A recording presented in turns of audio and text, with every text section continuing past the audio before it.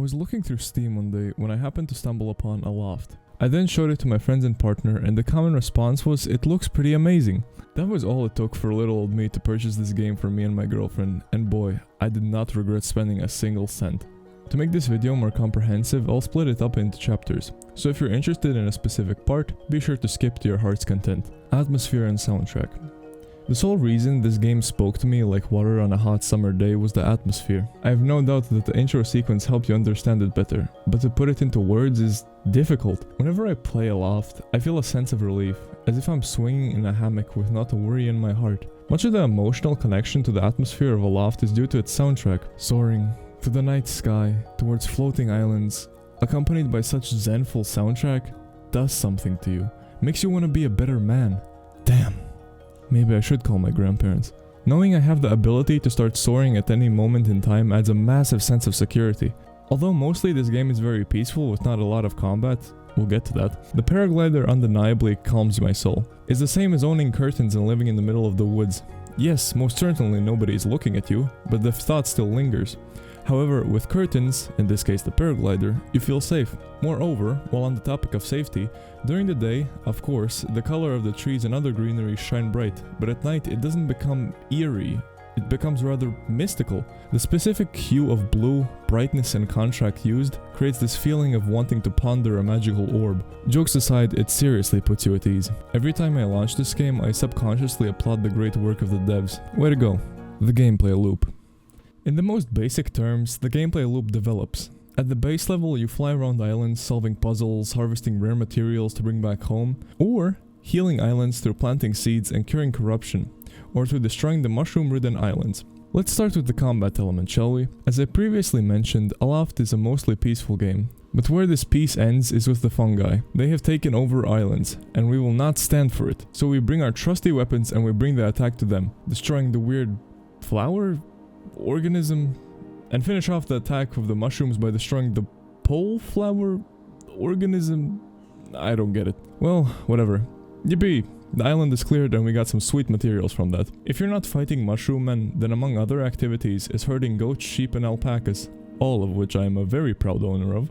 The animals are found randomly on islands while exploring for materials and solving puzzles, which for now has been quite simple. There is yet to be a challenging puzzle. Perhaps further on it will get more complicated, but I am sure that the more difficult puzzle is long overdue. If you feel yourself a true druid and can't stand the sight of a plot of land not having the love it desires and requires, then healing these islands is what you must do. Once you get the gist of it, it's relatively simple. Plant seeds and destroy anything corrupted. I will say, I was pleasantly surprised when traveling to further islands, the requirements to heal these lands got more difficult. It made the task not feel repetitive. We could discover new structures that later on we get to unlock and use for our own island. With all this talk of my island, it's getting me excited to speak about the building. So, the building.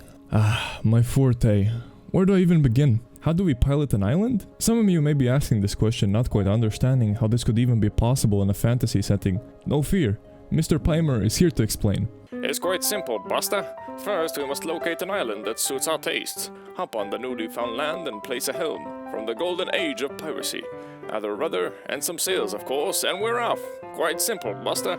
Logically, building allows us to make all the crafting stations needed to upgrade gear in this game, and it would take too long to go through them all. So here's the swag station. This is one of the first stations you get, and it gives you the ability to customize your paraglider. Personally, I went for that yellow-blue look, since this game inspired my brain to think brightly. The building system in Aloft is one of the most in-depth and customizable systems I've had the pleasure of using. Every building piece can of course be snapped on, or you can turn off snapping. That's simple, right? But what I especially love is the fact that most of the essential building pieces have variations.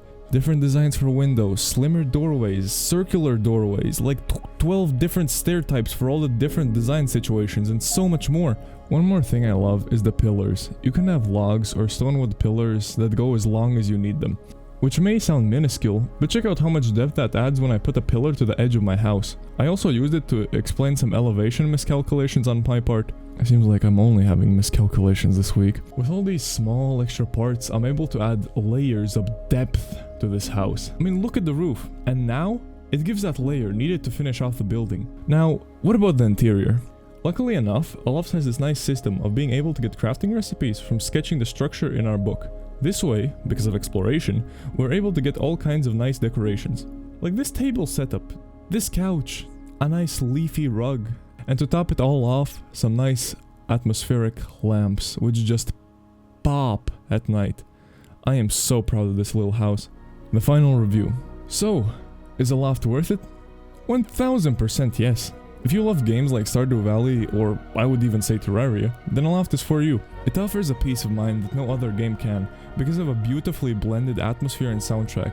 It also has this progressive gameplay loop, which gets more interesting and complex as you spend more time playing, and the cherry on top of the cake is the highly freeing building, the way of unlocking new furniture, and the sheer abundance of filler parts that have saved my butt more than I can remember. Aloft is a game you will not regret purchasing. 10 out of 10s, Pimer recommends.